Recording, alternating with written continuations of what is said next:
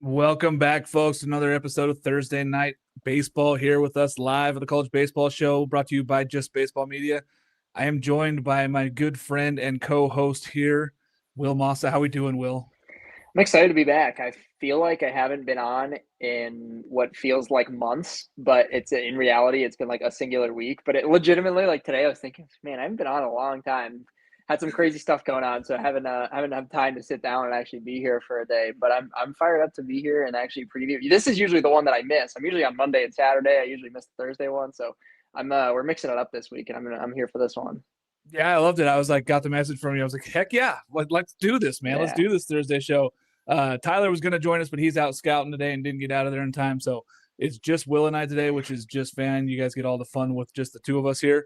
As Will mentioned, Saturday morning show, if you guys have not been tuning in, Saturday morning we do that, 8 a.m. West Coast, 11 a.m. East Coast time. And then the Monday night show, we do the top 25 live and we break that down. That was a really long show as we kind of do the recap of the weekend and our top 25. Super fun. This one we try to keep short. This one's about an hour. We go through the things that have happened during the midweeks and we go into the preview for the weekend. This one's going to be a lot less of the midweeks because there's just not that many this week, as a lot of schools had finals and spring break and such. Let's get into it, though, Will. Kennesaw State beats Georgia. I think one of the big ones there. We said many, many times, this Kennesaw State team can hit. They can hit. They can hit. They went down to Georgia and they out-hit them, and that was the big difference there.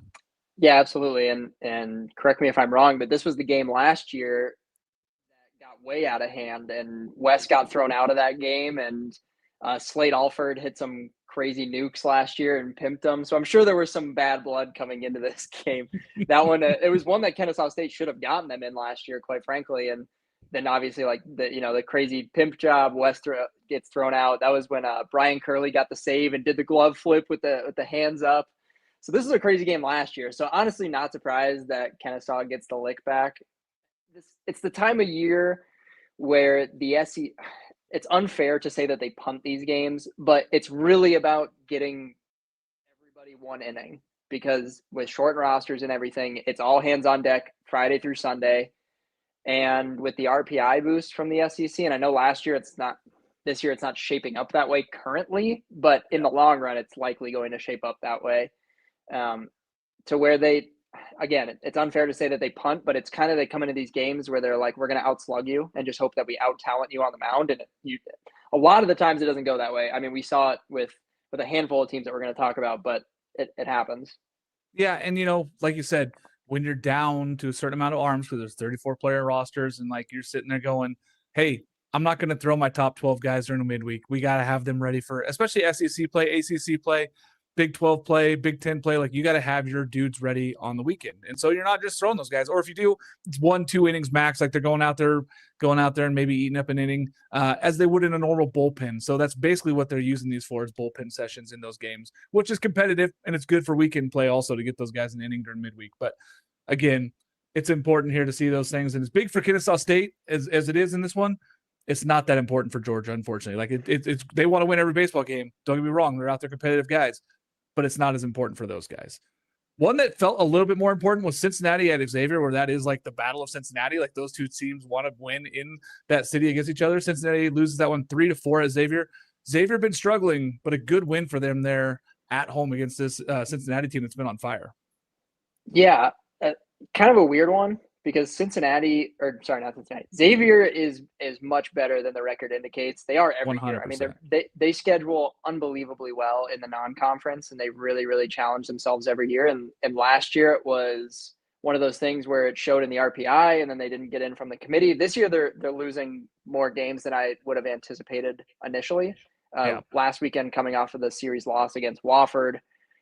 But a good win. I mean, Cincinnati feels like they're one of those teams that's knocking on the door of the top 25. So, again, like I'm a firm believer midweeks matter, but I take a lot more stock in 3-game sets. And there's one fan base that we'll talk about at some point that I will reiterate that too, because they've really not enjoyed our stuff over the last couple of weeks because of a certain midweek game. But been biting my tongue a little bit on it. But I mean, yeah, it's a really good win for Xavier. I think it's going to look better of a loss for Cincinnati than what the record leads on to be. Yeah. But again, The midweek games when you're in conference play are different. Like I think midweek games the first month of the season are much different than midweek games in mid-April. And I think there's a reason why there's a big crowd of people in the college baseball space, not myself, but a big crowd of people that believe that midweeks don't matter. It's really hard early in the season to be like, hey, they're not as important, which, teams are still finding themselves. Later in the season, I find that you're going to have better arms going to midweek, and so you see a little bit more true value from these teams. But again, Xavier's going to compete for a Big East title. Like, they haven't had the record to start the season. They're competitive. They're going to get after it, with the UConns and the other teams there in the Big East. I think that they're going to be after it with Creighton. Like, there's still some good. None of those teams have really outperformed anybody right now. And so you're going to see more of those teams kicking into gear. And I think Xavier is one of those teams. Oregon State 12 at USC 4. Now, USC's pitching has been really, really good. Again, this is a midweek. They didn't have their star arms going. Oregon State took advantage. They pitched well. Mason Pike gets his first collegiate start. Goes 1/3 of an inning, comes out with some tightness. We don't know what's going on there. Haven't heard anything else. No news there yet.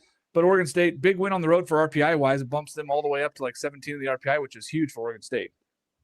Yeah, this is a really big win for them. Like I think that Oregon State is a team that I think collectively people have been down on because of the lack of offensive showing. But quite frankly, the last 2.5 weeks of baseball they've played have been really, really good on the offensive side, much better than what we thought. I mean, USC's pitching staff top to bottom has looked literally unhittable, even pitchers 15, 16, 17. Now, again, you're not facing Mason Edwards, you're not facing those guys, but I think Oregon State is really trending in the right direction. I know there's a lot of Beaver fans that are upset about us having Oregon ranked over them, but I think you just have to look at it as a body of work. They still have 2 more games with Oregon.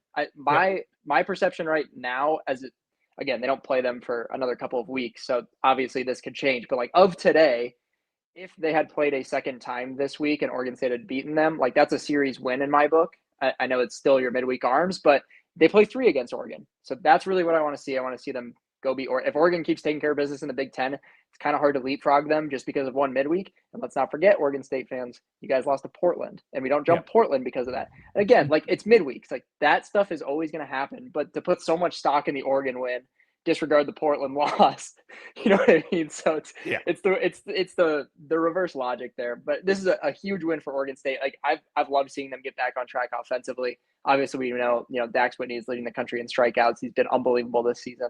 They're just going to continue to get better, and obviously they're going to get the big RPI boost from playing 80% road games.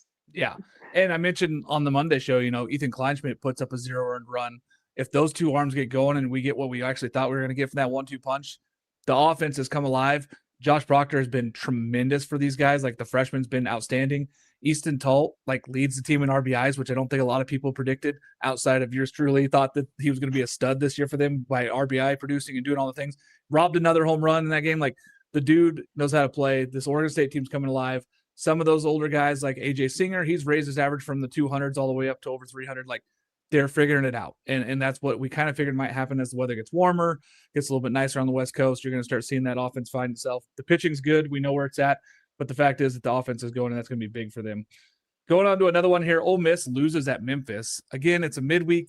Ole Miss, we know that they have the issues with arms, but I was more surprised that the bats never came alive at Memphis. Yeah, agreed. And I think we talked about it in the preseason. Like the biggest question mark we had on Ole Miss this season was the pitching depth, but we knew this lineup was going to mash. So yeah, to your point, for them to only put up 2 runs. Now, again, like if they lose that game like Georgia, if they lose a 10-7 game, it's like, all right, you scored a bunch of runs and you just gave up more. So that's going to happen. More concerning. But again, a huge look ahead spot. I mean, we have Ole Miss, Mississippi State this weekend. In-state rival this weekend. Yeah. There was a midweek that you probably circled this week that was like, I bet you they lose because they're thinking about Friday night, is probably that one. Absolutely. Not that any team really looks ahead, but as we know, competitive dudes are looking, hey, we get our in-state rivalry at home this week. Like, yeah, that Memphis game was looked past, and the offense never really showed up. But again, it's not going to kill Ole Miss. Like, they're doing the right things. They're winning SEC ball games. They're sitting there at top of the conference. So they're happy with where they're at. Oregon at UCSD, they win both. Last night's was more offensive, 12-4. But I do want to mention that they threw a one-hitter in the previous night, 6-0. Like, the Oregon pitching is so much better than most people predict in the country, and it's deep, man. It is deep. Yeah, they're just, quite honestly, they're just taking care of business. Like they look really strong. Again, I think it's tougher to judge teams like that. They kind of remind me of UCLA from a year ago. I didn't think they were crazy challenged in the non-conference, and I'm more so curious to see how that translates in the postseason when they Yeah. do have to go. Even if they host, I mean, they could draw an Ole Miss as a 2 seed. Obviously, they wouldn't travel there, but in theory, like you could draw an Ole Miss type team as a 2 seed into Eugene. So like, I'm curious to see how it plays once they get into that postseason talk. It'll be interesting, but the pitching has been good. I mean, It's been and better than good. fantastic. It's been elite. It's been up there with the likes of the Texases of the world so as far as that weekend rotation, and the weekday guys have been really good too. So they've been getting the wins that they need to get. One team that continues its hot streak, Virginia, man, offensively just taking it to Maryland with the 16-run, the 10-run game there. I don't know if there's anything else we can say about how good offensively Virginia's been.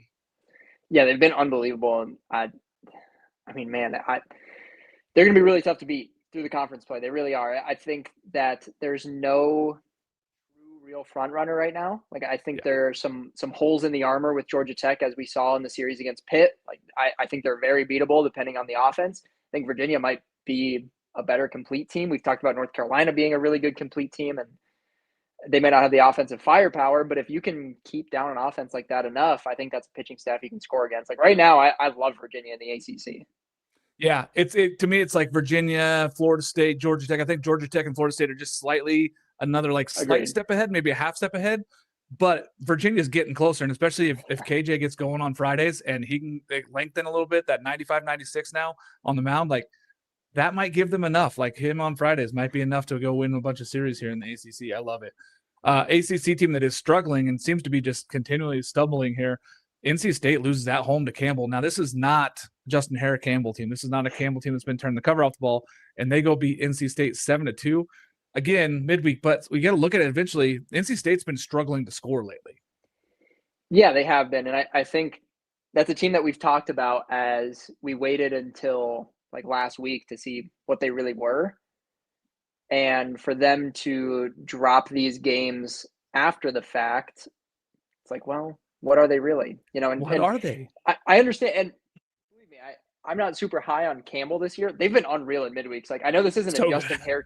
They're not a Justin Hare Campbell team, but they are playing like a Justin Hare Campbell team. Like they've really beat the brakes off of some teams in some midweeks. Like they've got a 10-run win against Duke. They've got a win over Coastal. They've got a win over NC State now. They've got a really tight game against Coastal that they almost pulled off. They got the win against ECU. They've been really good in midweeks. Like this is a team that, quite frankly, you've never wanted to play in the midweeks, but they're kind of back to that again. Where this isn't a team that you want to face in the midweek. And don't get it twisted. They've got some dudes that absolutely mash. They hit some unbelievable home runs in that series against Troy early on this season. Yeah, I think the big thing has been consistency for them on the weekend, their rotation. Oh, yeah. If they could find that out, they'll get back to it. But, NC State, just the offensive woes. West Virginia goes to Marshall, wins that one 3-0. Not a lot to say there. Florida beats Florida State at home. Now, we were really high on Florida State and really low on Florida, and then flip the switch. Like Florida State's offense just goes, disappearing act. Weird. But again, Florida's a very good baseball team, and it's a midweek. Yeah, I mean, after the weekend Florida had, this seemed like one of those things. Like, it would be really funny. Florida went out and blanked Florida State after that weekend. Like, again, it's one of those things that it's so weird in baseball where you see these spots and you're like, man, Florida literally could not look any worse after last weekend. And here they are. They're going to go take it to Florida State. And that's exactly what it was. The pitching staff showed up and was like, hey, we're going to throw strikes and you're not going to hit it. Like, that's like, what? We know Florida has pitching. It's been the hitting. They got enough. They're still not wowing me offensively. And this is against lesser arms for Florida State. I'm not going to say it's a huge drop off, but it's a pretty far drop off from what their weekend is for Florida State. And Florida still only put up the 5 runs. But again, Florida State offense putting up 0 spot. I think that was kind of a wake up call still for them, as they still have room to improve and keep getting better, even though they are playing really good in ACC.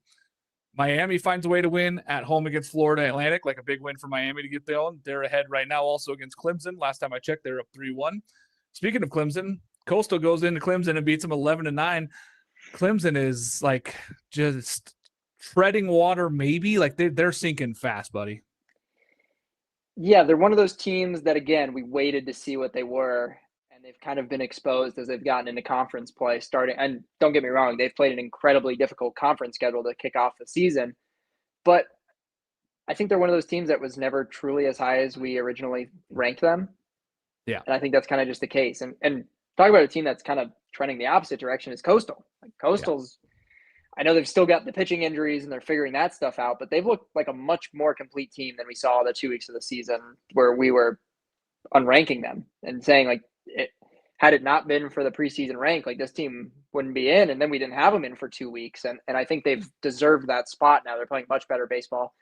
They got some gifts from Clemson. You had the infield top fly that dropped and definitely catch some breaks, but that's baseball. When you have a team that's sliding like that in both directions, like it seems like Clemson's kind of sliding that direction. You're like, can things really get worse? Well, here's a drop fly ball that's going to push across a couple of runs. So big win for Coastal.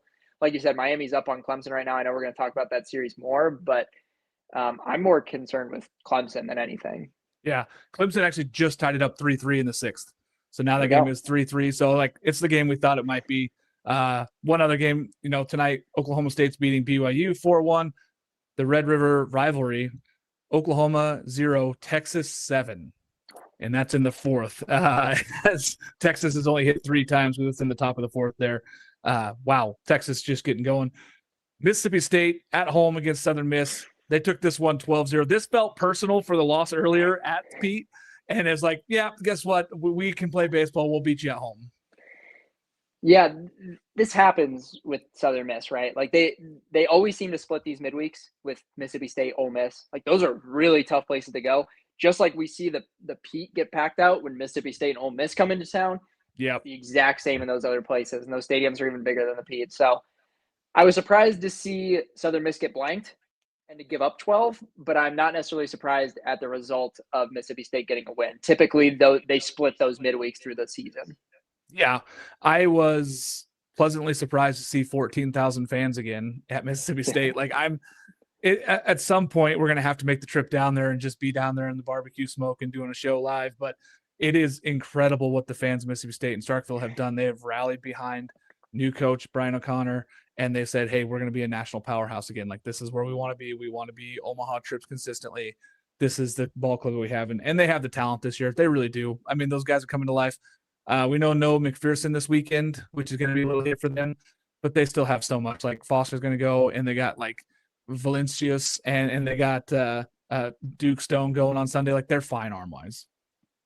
Yeah, absolutely. It's certainly a big loss. I mean, McPherson has looked every bit of an SEC ace, so you hate to see that happen, and especially in such a big series. You want to see your best on best. Like, that's – especially with this series. Like, this series is so hyped up. I guarantee you they're going to start rolling out the red carpet for it tonight, So you hate to see it, but it's still going to be a fantastic series. Fantastic. We'll talk more about that one as we get into it there. Wednesday night, Sacramento State goes down to Kansas and wins 7-4. Big win for Sac State. They've been playing some really good baseball on and off. Again, they've been a midweek hero. New Mexico 4 at Arizona State 10. Arizona State offense, Will. I'll let you speak just a little quick on this one, but, man, they just continue to roll. Yeah, this team is far better than I think anyone – I mean, I think everyone knew they were going to hit well, especially with the transfers they brought in. They brought in Dean Toigo, who's been unbelievable for them. That whole lineup is basically transfers, to be honest with you. But I think there was just questions about the pitching staff, and the pitching staff has actually been really solid. Now, I don't know if it goes 12 guys deep, but I think the top 7-ish that I've seen, I think are all really solid, and they're going to win a lot of Big 12 games with 7 solid arms.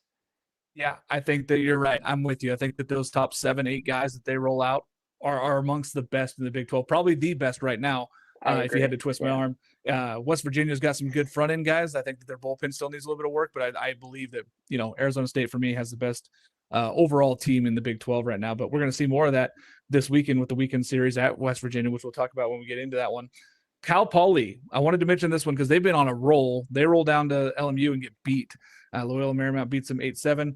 Oregon, we already talked about that, the 12-4 win. USC Upstate at Tennessee. That game was 2-2 in the ninth. Blake Kramer hits the walk-off blast for Tennessee. Is this a breath of fresh air? Tennessee couldn't have dropped this midweek one now, right? Agreed. That's a big one. They've been such a confusing team to me. It seems like that is the team this year that has the most discourse around them in terms of top 25 ranks. And quite honestly, it's fair. Again, this is a team that I just cannot get a read on. When I watch them, I'm genuinely impressed. I'm like, this team is solid. Like this, eye test wise, I believe that they're a top 30 team. But then you look at some of the results and you look at games like this where they are dropping these games. And you're like, with the way they started, you can't be dropping these games and you can't be dropping those series. And so I don't really know what to make of Tennessee, to be honest with you. But I think it's a good, I mean, it's a big one, not in terms of who it's against, but it's a big one to get. Like those are games, if you're Tennessee right now, you can't afford to drop. They needed a win and they got it in a big way. Like it felt like a Tennessee team of old to go walk one off in the middle of the night there. And it's like, okay, this felt pretty cool. That was nice to see. I want to see more. I know that they've switched up the weekend rotation this weekend. So yeah, you're not going to see Coons in the bullpen. Coons going on Friday. Very surprising, but very surprising. We were talking about this earlier in our group chat, and Tyler brought up a good point. It's like when you have the unicorn fastball, like let him come out of the bullpen and just throw the fastball. So I get it. I just think it's surprising given the length for the majority of the season that he's given you, because for the most part, he's been really solid. Yeah.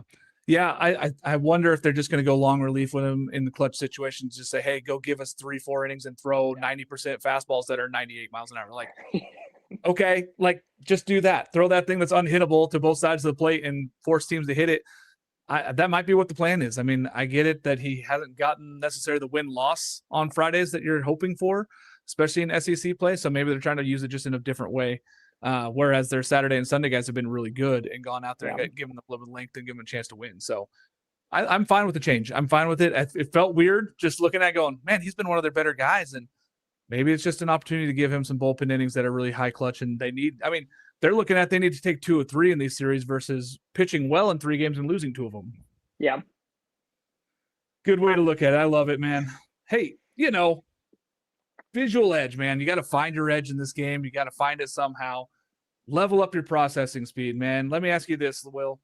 You lift, you hit, you watch film, right? Like you have to do all those things in college baseball to get better.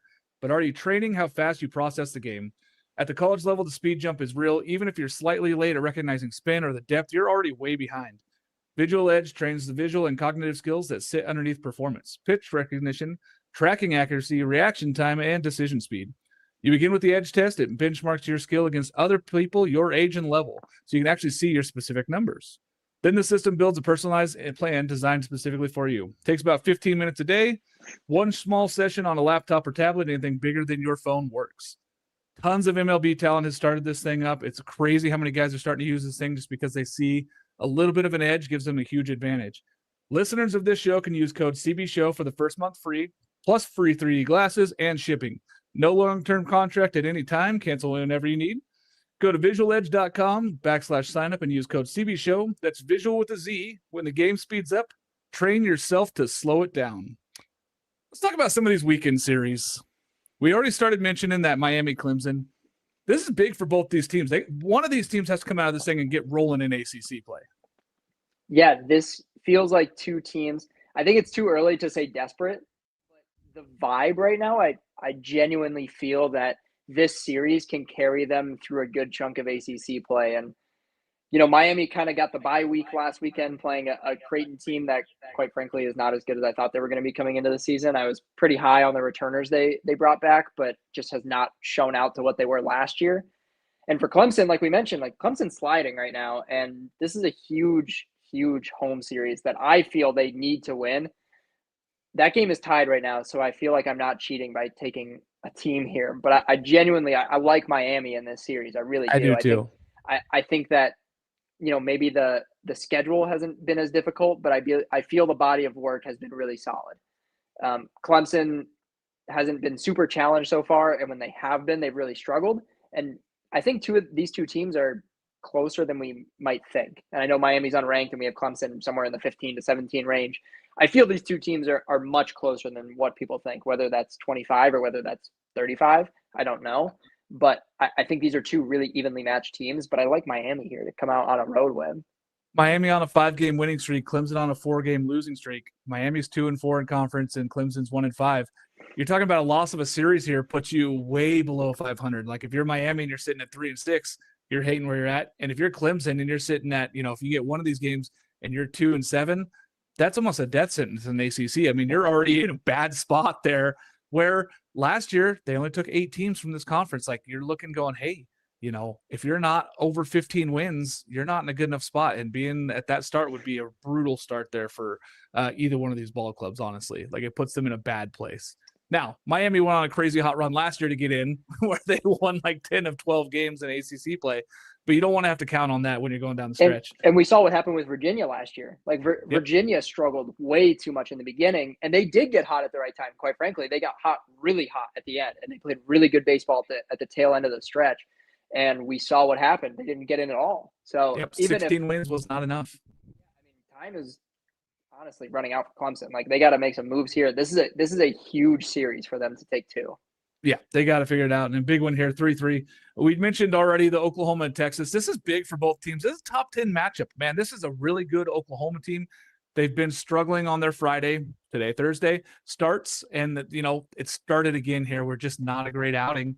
And now you're looking at the scoreboard going 7-0 already in the fourth. Yeah, for what it's worth, I did take Texas here prior, so I'm not cheating on this one. Even though, not unfair for me to say I took Texas. At Texas, with how good Texas has been. Yeah. And I mentioned it may have been 2 weeks ago, or maybe in our group chat last week. It feels like the only night you can get Texas is on Fridays, which is crazy to say because Ruger Riojas is unbelievable. He's been so good. And it's only a matter of time before that guy starts racking up wins on the score sheet, because he has been the only quote-unquote beatable pitcher in that staff, which is a crazy thing to say. Like, the guy you're rolling out on Friday nights is your most beatable pitcher. But I promise you're not beating Volantis on Sundays. And Saturdays is just as hard of a test as Friday is. So it's like, to me, your best shot to win a series of Texas, you have to win game one. If you don't win game one, you're not winning the series. I feel like every Sunday is going to be automatic for Texas. I would go out on a limb and say they don't lose a single Sunday game the entire season. They're unbelievable on Sundays. And I think it's a really tough environment to go into. And we've seen 2 straight weeks where Texas has gotten beat on Fridays, albeit by very good arms. You got beat by Ole Miss on that Friday. And then the week after, you get beat by Marciano from Auburn. So they've lost 2 straight. Feels like it's only a matter of time before Riojas starts getting back in that win column. Yeah, it feels like maybe tonight is his thing, right? Like, it's like, okay, well, this is the team. This is where they're at. They're playing really good baseball.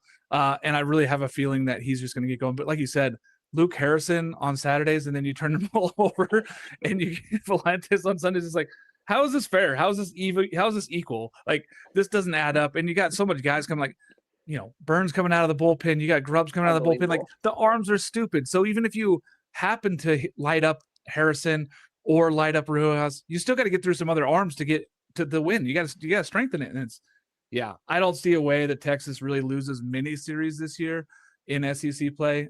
Even road series are going to be tough to take them. So this is a tough one for Oklahoma, tough tasks, but I'd like to see them at least compete. If they can go get one, I think they feel pretty good about themselves in this road series. If they get swept, it's not the end of Oklahoma. It's just going to knock them down a little bit and maybe have to reevaluate. I think it's actually really important for them to take one. Like, to me, this is a big litmus test. Like, we know how good Texas is, and it's in Austin, so it's tough, right? It's a rivalry series. They're going to pack that place out in Austin. But I think it's going to be a really good litmus test to say, like, can Oklahoma really compete in that top 10, or are they closer to that 15 to 20? Like, are they in that second echelon of teams, or are they really legitimately a threat to do this thing? Yeah, it puts me in my mind, like, are they a host team or are they not? Like, that's kind of the cut line for them right now is 16.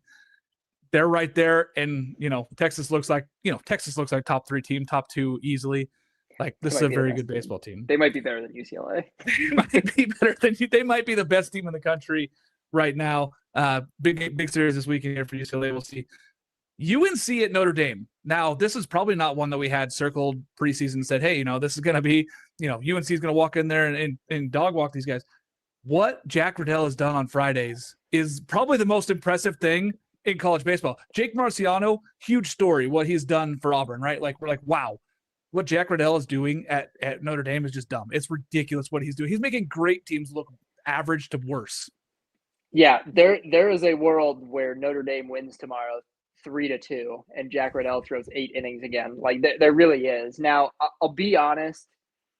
I think we were early on Notre Dame in terms of ranking them. I think we're a little bit early in terms of they haven't beaten. They don't have the marquee win yet. Yeah. It's not easy to play. They swept Clemson. who was a top 25 true, team. So true. it's like, but I have voiced what I think of Clemson, so it's kind of that's fair. It's one of those things where really huge series win for them, well deserving of the top 25 spot. I fear we're a little early to the party a little bit. I want to see it this weekend. How are they going to compete against a UNC pitching staff? How are they going to hit against that staff? How are they going to pitch on day 3? Yeah. I think the depth is going to show a little bit this weekend. However, I will say South Bend, Indiana, not super fun to play in March. So I can't imagine that the Tar Heels are going to have very much fun heading up this way. It's going to be interesting. Like, I think if you're Notre Dame, you have to win Friday. And if you don't win Friday, you might not take one. You might struggle to take one. Yeah. I will say. I'm curious. I'm curious. They've been great on Fridays, though, man. And Jason DeCarlo's no joke on Friday. Like, that's a tough matchup. That's a top 5 matchup in college baseball you're ever going to see for pitching arms. Exciting to see that one. I cannot wait for that one on Friday. NC State at Georgia Tech. This feels like a big show-me series. Now, brutal back-to-back road series for NC State, going to Florida State and then to Georgia Tech. Hey, 2 top 6 teams in the country playing back-to-back road weeks. I think NC State has to figure out a way to at least win one here.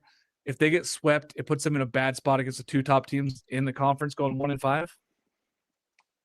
Yeah, I mean, we talked about it earlier in the season. This was the 2-week stretch where we were going to figure out what NC State is. And yeah, I want to say Georgia Tech sweeps here, but at the same time, this is a weekend for Georgia Tech. Like, do you have enough pitching depth to sweep teams that you're more talented than offensively? Yeah. I think that's a big component of this because, we talk about teams all the time. There's certain teams that match up really well in a super compared to teams that match up well in a regional. Like right now, I would say that Georgia Tech doesn't match up great in a regional setting, having to get through 4 games. I think they got to take care of business. I like Georgia Tech to sweep this series. I really do. I think I'm lower on NC State than the masses, and I think I have been all season, just, kind of waiting. But it's so tough, man. Like, talk about a brutal schedule. I mean, you don't schedule anybody super tough in the non-con, and then you get into ACC play, and you don't even get to ease into it. It's like, yeah, you're going to Tallahassee, and you're going to go to Georgia Tech to start off.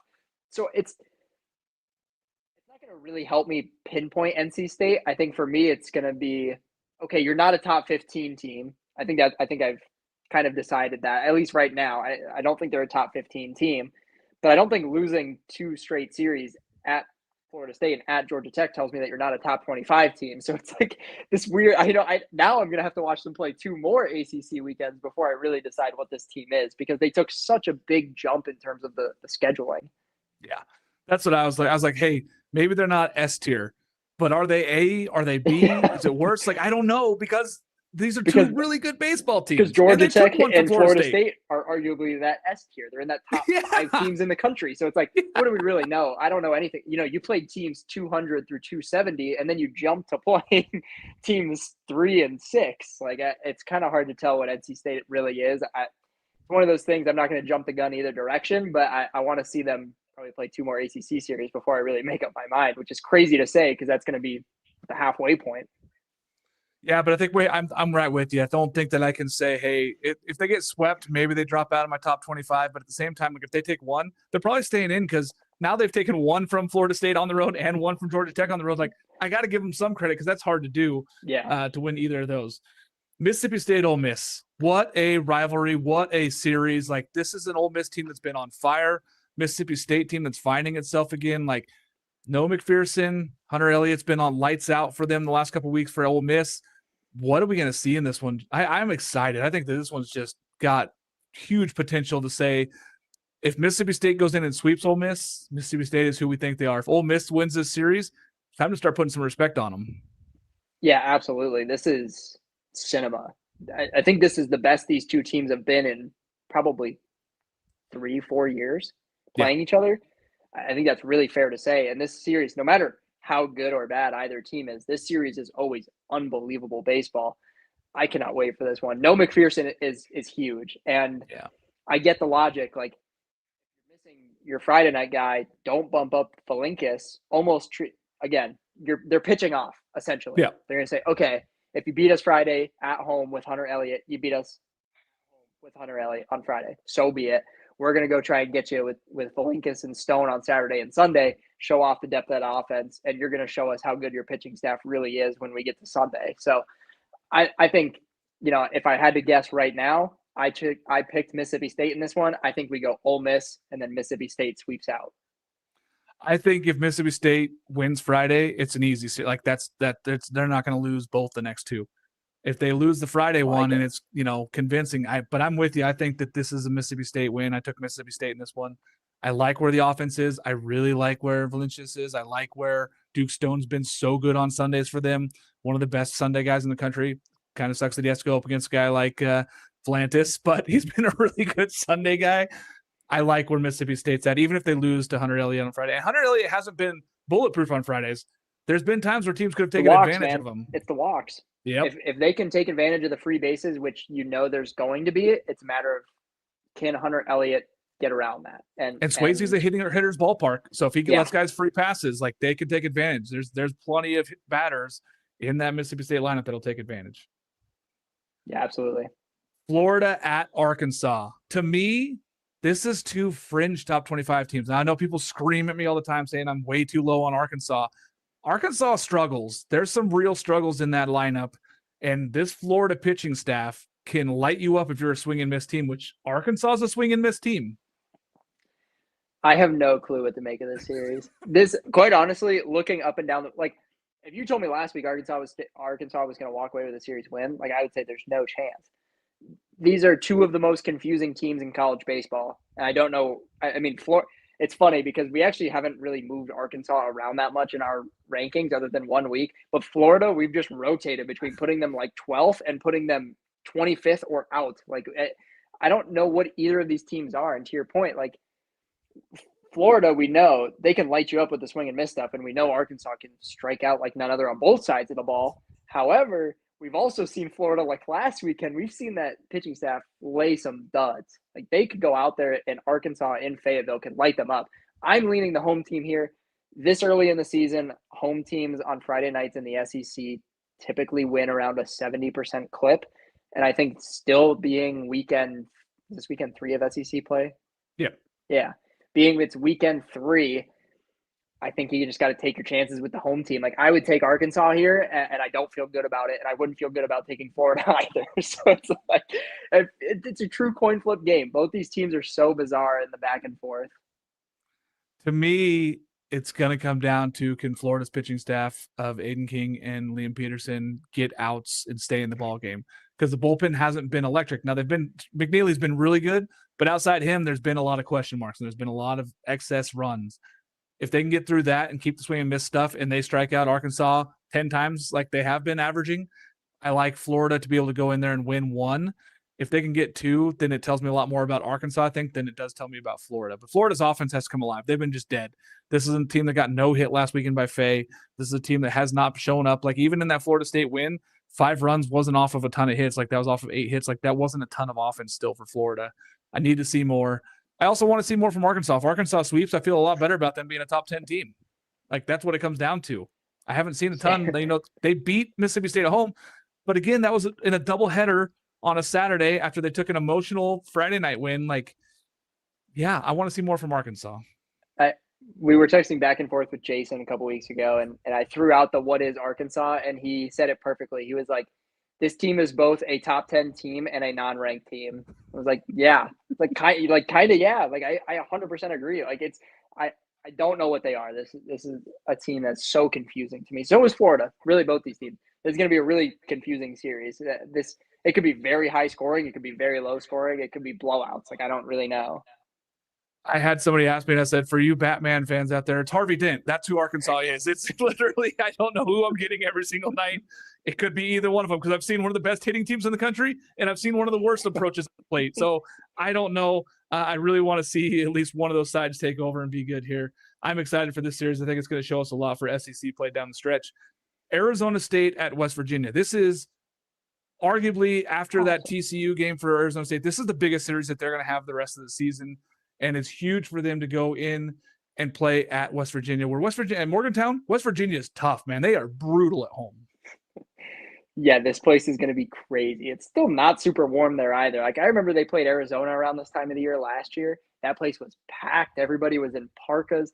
this series, I did pick ASU, and I picked ASU for the sole reason because Fridays have been very back and forth for West Virginia, and with Cole Carlin on the mound, I have to take Arizona State. Cole Carlin is not just one of the best pitchers in the Big 12, but one of the best pitchers in the entire country. He's been unbelievable. Yeah. That offense mashes. Now, granted, West Virginia's offense playing much better baseball. The pitching staff as a whole looks solid. Like I think, quite honestly, both the team's weaknesses are those deeper bullpen guys, and they're both going to have to use those guys. This series is going to be so much fun, man. Like this to me is arguably the best series other than maybe Ole Miss and Mississippi State. I think we had these two teams ranked at 17 and 18 right next to each other. And to me, this is who's the best team in the Big 12. It really is. Like it is.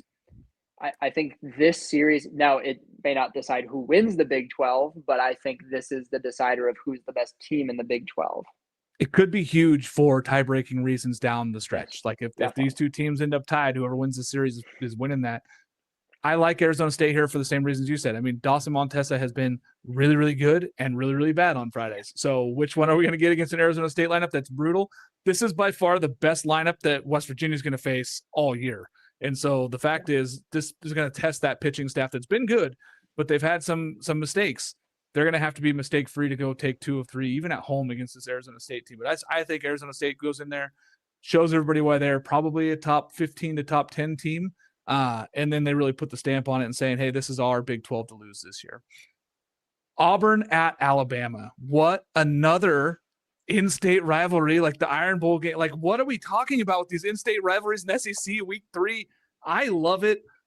I don't know how to go on this one. Jake Marciano's been really good on Friday, but Tyler Fay just threw a no-hitter. So I don't know which way you go on this one. For me, I think that I like Alabama at home. Now I know Auburn just lost a tough series against Texas, but that's back-to-back tough series for Auburn to say, hey, I got to go to Texas and then I got to go to Alabama. I did take Alabama. I'm taking Alabama in this one to win 2 of 3. Love it. I didn't think you were going to go that way. Give me Auburn. I'm all in on Auburn. I really am. I think they look, last weekend was weird because I felt like there were times where Texas really dominated them. And at the same time, I felt like Auburn was a couple of breaks away from, like, genuinely. I mean, Auburn was arguably one play away from getting swept in that series, but it also felt like in some other spots that, they could have gotten a break the other direction. Yeah. It was a weird series. Like, I think equally both teams played really, really good baseball last weekend. Alabama has been true Jekyll and Hyde. You get swept against Kentucky weekend 1. You sweep last weekend. You get the no-hitter on Friday. You get the really emotional, chippy game. I believe that was game 3 that got really intense towards the end. You had Justin LeBron chirping. This one's going to be nuts. And I know we've made some good friends with the kind folk of Tuscaloosa, but they're not going to like me so much after this one. War Eagle this weekend. I really do. I think it's Auburn. I'm all about them. I think Marciano's an auto win on Fridays. I really do. And I know Tyler Fay's coming off the no-hitter, but not literally. You can't really do better than a no-hitter. So he's probably going to return to earth a little bit. Give me Marciano on Friday, and I think Auburn finds a way to win one of the next 2. I will say I do have an Auburn hat. I do not have an Alabama hat yet. So if the hat plays into it, I like where Alabama is. I do think that this is a tough back and forth. I think the better chance to sweep is Auburn, but I think that Alabama can battle with them a little bit. I want to see Alabama. If Alabama takes 2 or 3 here, they cement themselves as a top 25 team. I don't think it knocks Auburn out of their top 10 pedestal. I think that Auburn's still a top 10 team. And Auburn gets Eddie Magical back, which people are underrating the heck out of, a 400 hitter with 21 home runs last year. Getting him back in the lineup makes a bit of difference for this team. So I'm excited to see him get going. I did highlight him huge in the offseason. I'm excited for him to get playing. Kansas at Cincinnati, an underrated Big 12 series. Both of these teams need this. They're both sitting at 500 in conference play. I mean, we just had Quentin Coates on, 19 home runs now for Cincinnati. Kansas has started going offensively a little bit. I'm excited for this one. Yeah, this is teams arguably 4 and 5 in the Big 12. This is a really fun matchup. Give me Cincinnati here. I really do. I think the offense has been way more consistent for Cincinnati. Now the pitching has kind of been all over the place, but you could say the same thing about Kansas. Again, you have no clue what you're going to get out of Don Bagley. Brady Ballinger is kind of just getting going. Yeah. So the offense just isn't clicking for Kansas the way I thought it would. I think there's some pieces that are good on Kansas, but I think as a whole, Cincinnati's offense is better and at home. Give me Bishop ball. That stuff's always going to carry when you're stealing 20 bags a series. So give me the Bearcats here. I like them at home to take 2 or 3. I'm leaning Bearcats as well. Like, I like what Kansas has been able to do lately, and Dario Losaria, that dude is getting on a tear, and if he continues to hit off of field bombs, I mean, he was hitting under 200 2 weeks ago. Like, that's big for them for him to get going, because he's one of those guys that Bollinger gets going, all-conference guy. Like, yeah, you're talking about a couple guys that could find themselves back on that all-conference team. But I do think that this is Cincinnati. I think this is Cincinnati's weekend. I think that they go take care of business. They get 2 or 3. Virginia at Boston College. I know people are like, why are you highlighting this game? Boston College is better than people think. Birdball's been winning. And is this the stop of Virginia? Does somebody stop Virginia and say, hey, we're taking 2 or 3? I like Boston College in this one. I'm taking Boston College. I'm going Eagles. I think that they have something, man. I really like where they're at. I'm going to take Boston College. That's why I threw the series in there, because I think it's throwing people off. I think Virginia stumbles at some points. I think that the bullpen and the starting rotation is not enough, and I think Birdball's been hitting. So give me Boston College. Man, I do love some BC Birdball. I really do, but I can't. I mean, there's not a ton that fires me up about Boston College, other than I love the way they run the bases. I really do. I like the style of baseball they play. I think it's super fun. 18 sack bunts so far this year, 54 stolen bases. I love that. That is my favorite brand of baseball to watch. It really is. That's why I think VMI is really fun. Boston College is really fun. I don't think they're going to be able to score enough against Virginia's pitching. And even so, I mean, Cholowsky has been okay on Fridays. I think he's a good arm. I don't think he's in that top tier of Friday night ace in the ACC. So give me Virginia here. BC's going to take one of these. I know it. They always find a way to take one. I don't know which one they're going to take, but they're going to find a way to take one. Give me my guy, Nick Wang, man. I think that he goes out there and he hits a couple huge home runs, and I think that somehow he wills this Boston College team into a victory. For those who haven't been watching, he's got 10 home runs on the season and hitting 330. So the dude's a stud. I'm excited for it. I think that this is one of the better series. And you know, Virginia hasn't had the best pitching, and they've lost every Sunday. So they've been struggling on Sundays anyway. If Boston College could steal a Friday game or steal a Saturday game, I think that they're right there in that position to win this one. Missouri State at DBU.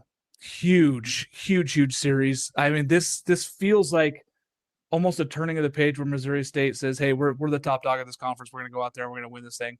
I like where they're at. I picked Missouri State. I'm sure you did as well. I did. I had to. America's team, man. They've been unbelievable. My only concern is that they have been literally unbeatable at home. They're 11-0 at home, 5-7 on the road. Now, Having said that, let's go take a look at what they've had on the road, because they were at the Teague at ULL, where they took 2 of 3. They were at Swayze, where they got swept, and that's 4 of their 7 road losses. So without those, 5-3 winning record on the road, that's all you really need. You get the one loss early in the season too at Stillwater, or in Stillwater, when they played Oklahoma State the first time, beat the brakes off Oklahoma State on Tuesday. Is that Tuesday or Wednesday? Tuesday. This team has been unreal. Like, I think this is a really complete team. The pitching has been really sound. Max Knight is solidifying himself as one of the best two-ways in the entire country, less Evan Dempsey and Kenny Ishikawa. Like, I think Max Knight is right up there with all of them. This offense is just mashing, man. 50 home runs already as a team. Carter Bergman has 10. I like the Bears here. Give me the Bears. Give me my team. Give me America's team. Joey Hawkins going to get the boys fired up down in Dallas. Yeah, and as much as we respect and love Hefner, this is probably the weakest DBU team that we've seen in a long time. Like, this team is just not there. They're replacing a lot from last year's team. So much draft talent left, and it's really hard in today's game to be able to replace that, especially at a DBU. Like, don't worry about it. This still be a huge win for Missouri State on the road. But again, I think that you and I both agree that Missouri State's going to go out there and out-hit this Dallas Baptist team, who hasn't really had enough pitching. They've been able to try to hit with teams, but they just haven't been able to pitch their way out of any trouble. Oregon at UCSB. For those who have not been paying attention, one of the best Friday night matchups in the country this week with Jackson Flora and Will Sanford. Like, this is an amazing Friday night game here. I'm excited for this one, where UCSB was on the cusp of the top 25 team 2 weeks ago. They've stumbled twice in Big West. They got to find themselves, and Oregon could really take a road series win to be really good for them. Yeah, I think this is a really good test for Oregon. mostly on Friday. I think this is a really good litmus test for the Ducks. How are you against Jackson, Flora? We saw Hawaii beat UCSB last week on Friday. However, I will say they did not beat Jackson, Flora. They did not. One hit in 7 innings against him. So and 12 strikeouts. Unbelievable performance. UCSB's offense concerns me. Now, Hawaii has been a top 10 pitching staff in the country over the last 3 seasons under Keith Zuniga. So it's not like that's just a wash of a series. Oh, the offense is bad. It's an unbelievable pitching staff they went up against last week. Oh, the 1-2 punch between Magdaleno and Robello has up there, I would say, in the top 5 of the entire country. It's both those crazy guys have been good. Unbelievable what those guys have done. However, I will say, like, UCSB's offense hasn't particularly impressed me this season. Even in that Southern Miss series, I think that's the best they've looked offensively, quite honestly, against USM. I don't think they're going to score enough. Yeah. And I think Oregon can score enough. Maybe not on Friday. Maybe not. Well, I shouldn't say that. Maybe not against Jackson, Flora. But I think they can score enough the rest of the way to find a way to win this series. And this is a big one for Oregon. It really is. I would love to see Oregon beat them on – I would like to see Oregon beat Jackson, Flora. I think that would help me rank them higher. I feel like, to me, Oregon is just in that 16 to 20 range as a team. I just feel like that's where they are. Beating Jackson, Flora would kind of give me the – like, okay, this offense can do it with the best. A sweep at UCSB, and if they knock Jackson, Flora out of this game, I think, to me, says, hey, this is a top 10 team. Like, that's the pitching staff that they have. If the offense steps up and matches what that pitching staff is, I know Maddox Maloney has been banged up, hoping he's back this weekend, but there's been other pieces in that puzzle for Oregon that have been really good. Don Hellman, Big Ten Player of the Week last week, really stud. Ryan Cooney was on the all-national team last week, like, just so good at second base for them. Jax Jimenez out there in center field roaming around, and then the freshman Brenton Laya, like, wow, what are you getting from this team? If they can go down and beat Jackson, Flora and look good in that batter's box against him, I think that it puts eyes on this team. It's a big one there. UCLA at Iowa, Pitt at Louisville, Indiana at Nebraska, South Carolina at Georgia. Any of those 4 kind of took your fancy there, Will? Pitt. That's the only one. To be honest, like I think UCLA is going to roll Iowa. I don't think Iowa is this. I agree. That's not the Iowa. They're not. It's not the same pitching staff. They lost a bunch from last year. They returned almost no innings. Indiana, Nebraska is interesting. I think Indiana has actually been sneakily much better than people are giving them credit for. Good pitching staff's been good. Good series win last weekend against Minnesota. I know they got beat up on Sunday, but looked really sharp on Friday and Saturday against Minnesota's Friday-Saturday arms, which Isaac Morton has been one of the best arms in the Big Ten, and they got after him on Saturday. So I've actually been impressed with Indiana. We saw them look good against North Carolina early in the year. I think I like Nebraska to get it done. I know they're kind of one of those teams that's on the fringe. I want to see them do it. Like, this to me is do it weekend for Nebraska. Pitt at Louisville. Now, Pitt has absolutely mashed. We saw it last weekend against Georgia Tech. This lineup is unbelievable. And Louisville, if there's one weak spot with Louisville, it's the pitching.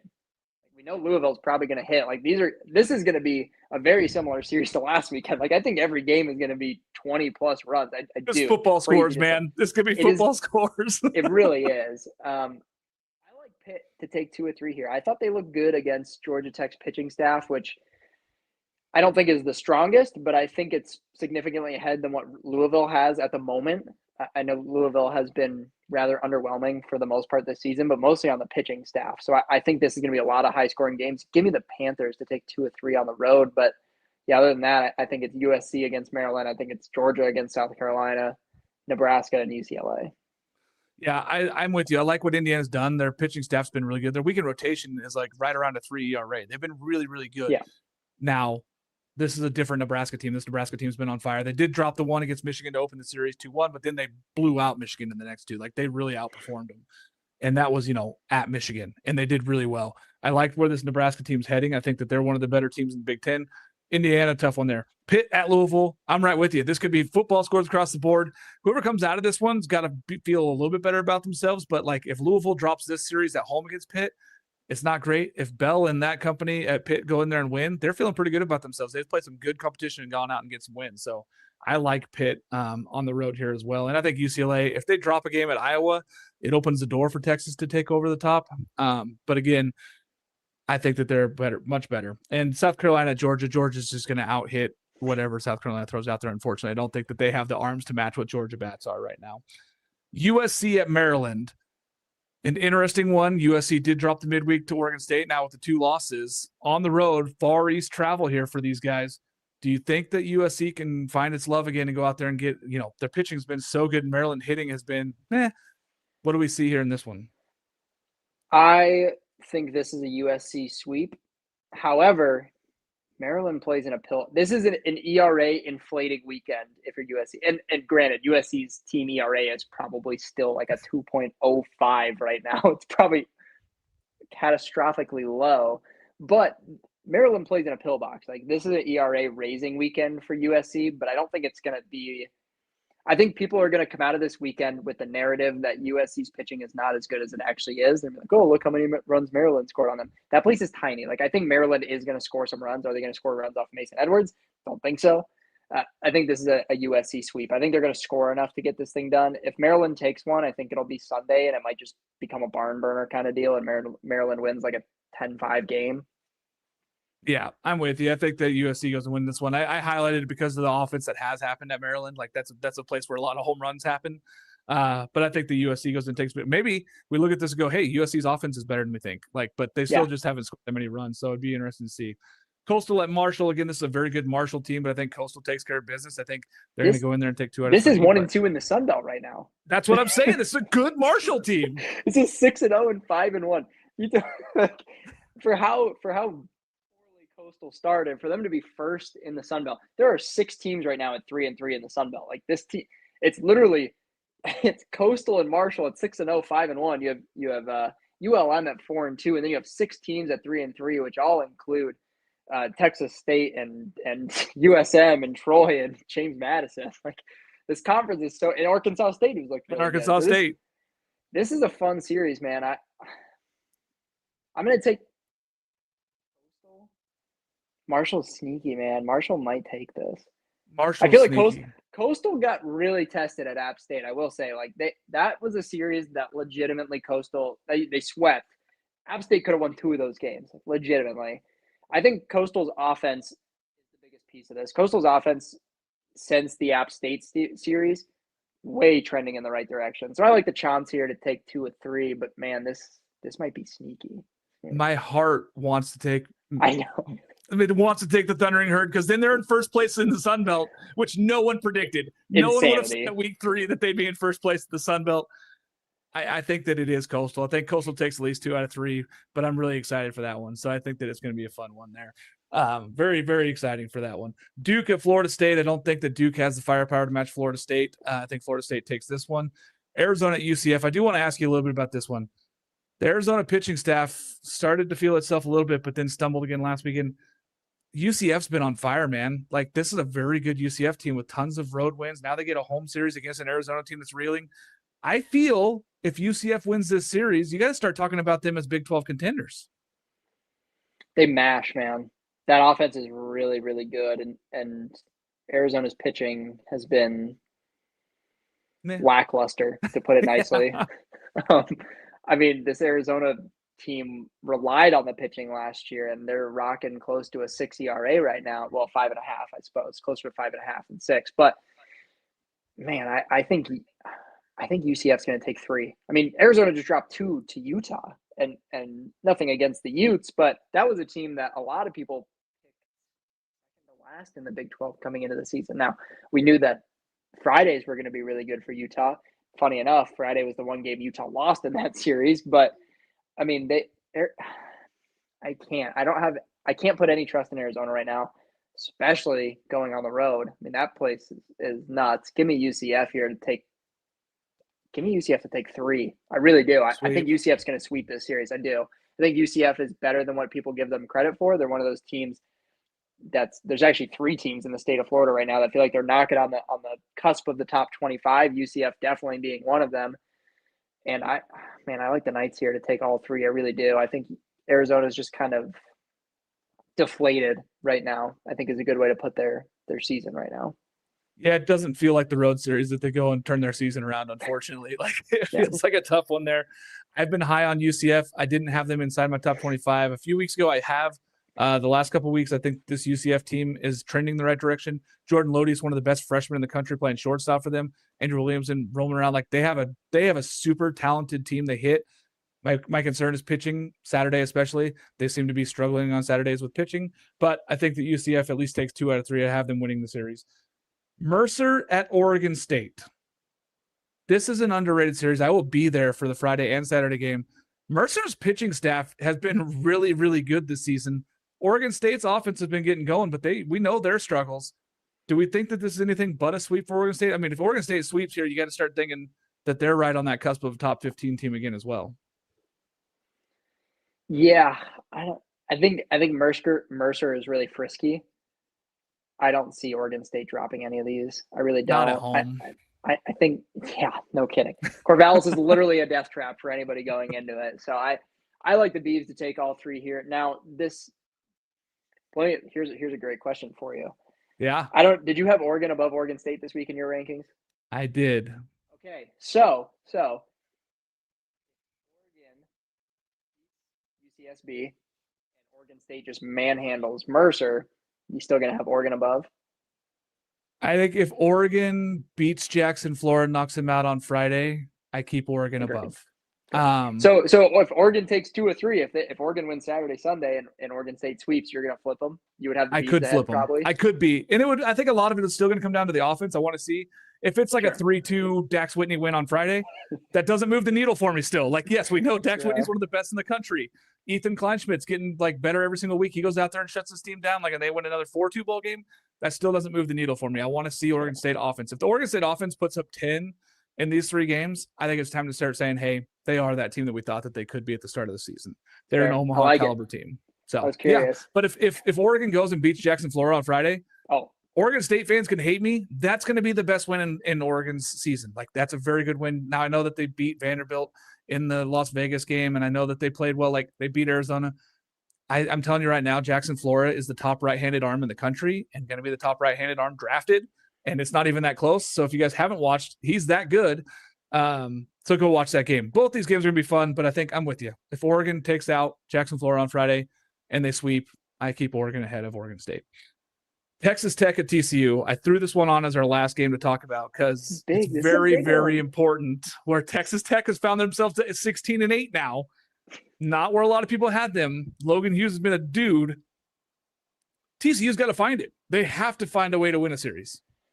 Yeah, and we talked about Arizona. Like, I don't believe that this is the series that Arizona turns their season around. This is a, dare I say, a must-win series for TCU. This feels like the series that at the end of the tunnel we're going to look back on in TCU. And if the season doesn't go the way that we thought it was going to for the Horned Frogs, we're going to look back and be like, man, that Texas Tech series really was kind of the end of it, huh? Or, they might turn the ship around this weekend. And I still – I just can't go against TCU. I really can't. I think this team is far too talented to produce the results that they have, even without Tommy Lepore. Give me the Horned Frogs at home. Dare I say sweep? I think it would be a statement sweep. I would. Now, it wouldn't move the needle in terms of getting them back in the top 25 for me. However, that is a statement sweep saying, like, we're going to be okay. Yeah. Here's the thing. 17-10 feels a lot better than 14-13, 15-12. Like, I think you got to win 3. I think you got to win 3 here. If you are TCU sitting at 14-10 right now, you can't lose any more series, and you definitely can't lose many games at home. They got to start winning games at home. I think that's the big turnaround. But they should have Noah Franco back at some point this series, whether he's pitching or hitting or something. He's going to be playing, and everybody seems to be healthy the right direction. Mason Brassfield seems like he's fine going for them on Friday. So I like where they're going, but they still got to win ball games. They got to figure out how to win ball games, and they got to do that now. What game are you most excited for this weekend, Will? I know we talked about so many good series, and I'm very excited for all of them. Yeah, absolutely. Before I do that, we do have a pretty good question in the chat here. Someone asked, do we think Roch Cholowsky is still going to be drafted number 1 as of today? I would think so. I don't think anybody offensively has really boosted the stock to say that they're above him. Yeah. I think Jackson Flora might be the one guy that, like, you would consider, but I think the state that the White Sox are in, it just makes too much sense. I think you're better off bumping a shortstop through the system than you are a pitcher. Especially, I don't think Flora is on the level. He isn't on the level of Skeens. Like, Skeens was literally the best college season maybe ever statistically. Yeah. And Flora isn't that. So I think it would be silly to not take him. He's the most pro-ready guy. I think some of the approach has gone down. Like the contact rate is a little bit down from last year, but the power's up. He's pulling the ball more. So it seems intentional with what he's doing. I think his swing is actually better than it was last year. So, yeah, I would say yes. I think it's still Roch at 1-1. I think you'd be silly not to. I think it's still Roch at 1-1, and it's a lot of it has to do with the other athletes in the college level haven't necessarily passed him. Like if Justin LeBron was hitting 400, maybe you put him in that conversation if his contact was better, but his contact feels a little bit better than last year, but still about the same. Like it hasn't taken that huge jump. Same with Tyler Bell. We haven't been able to see him enough to say that he's that next guy to take that huge leap to jump him. I think that's where you got to look at it. The only guy that has really improved his draft stock the most and could be a sneaky one, Vahn Lackey, like what he's done at Georgia Tech. Agreed. If you want to talk about a guy who could sneak up there. I think he's, quite honestly, if I were the Rays at 2, I would take Vahn Lackey and not even blink. Yeah, if you don't want a Jackson Flora arm, if you go, hey, we're good on arm barn, let's go, which the Rays have plenty of, go get yourself a stud catcher. Like I think that's a good one there. I like Vahn Lackey a lot. I don't think he gets to 1-1 territory just because, yes, we saw a little bit of flashes last year, and yes, it's been terrific this year, and he was great for Team USA. I don't know if he gets all the way to 1-1 because of what Roch's been and drafting a shortstop. Like the White Sox would be happy to get him in the farm system, get him up fast. Then you got him and Colston Montgomery on the left side of that infield. You feel pretty good about what you're building if you're the White Sox doing that. Yeah, agreed. And they already got Teal behind the dish if they want. So. Oh, yeah, exactly. Yeah, exactly. Then, game, however, that I am most excited for this weekend. I'm just going to go series, and it's Ole Miss, Mississippi State. It is. Yeah. I think it's between that and it's between ASU and West Virginia. Those are my top 2 this weekend. But man, give me Mississippi State at Ole Miss, man. That place, Swayze, is going to be unreal this weekend. If you're talking about like the matchup, it's Friday night for me, Oregon versus UCSB. But if you're talking about a whole series, I'm going to take that ASU West Virginia because I think it means more for both those two teams. Yeah. Just because those two teams, whoever wins that, I think wins the Big 12. Like it doesn't show that they're going to win the Big 12, but I think it puts either one of those teams that wins that in a real good spot to go out and win the Big 12. And I really like that.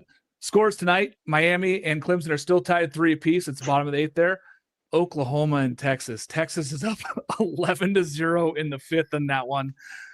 Oklahoma State is beating BYU 5-4, kind of a nothing game, and Hawaii beat Hawaii Pacific 4-1. Again, the Hawaii pitching staff is gross. We love what they've done down there. What series are you just worried about thinking, like, if a team drops 2 or 3 that we really need to start reevaluating where they're at? Is it unfair to say Florida? No, because if they go drop 2 or 3 again, it's another weekend least loss in the SEC. They're the complete opposite of that 2024 team that lost every midweek and won every weekend series. Like, they're winning all the midweeks. I think for me, it's Florida and Coastal.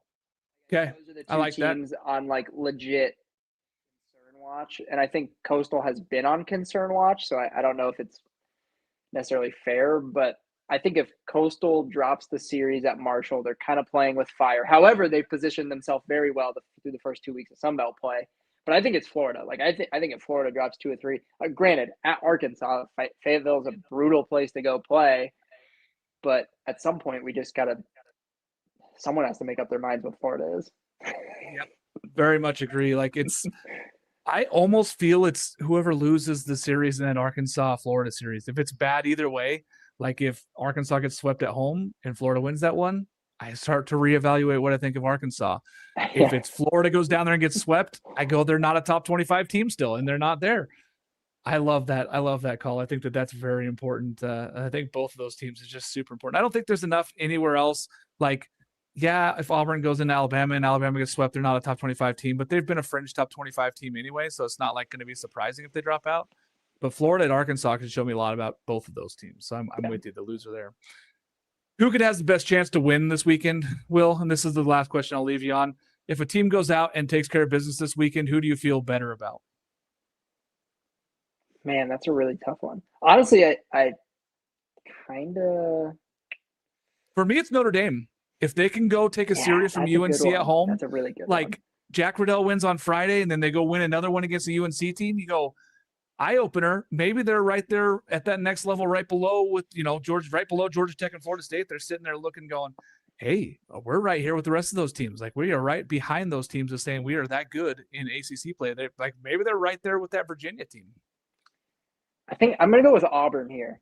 Like, I think this is a really important weekend for Auburn. 2 straight road series at Austin and then in Tuscaloosa against your rival. I think this is a really important series for the Tigers to get.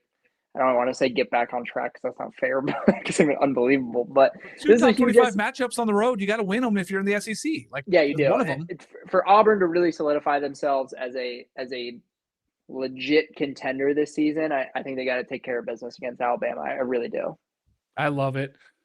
Thanks, folks, for joining us again on the Thursday night show. Will, any final thoughts for the fans out there as we got to see you again after it feels like it's been forever? It's only been 8 days. I know. It's been way too long. Fired up to be back here. Dude, just so excited for more college baseball this weekend. Thanks for joining us, guys. We'll see you guys Saturday morning for the live show. We'll be going live every single Saturday morning for the college baseball show.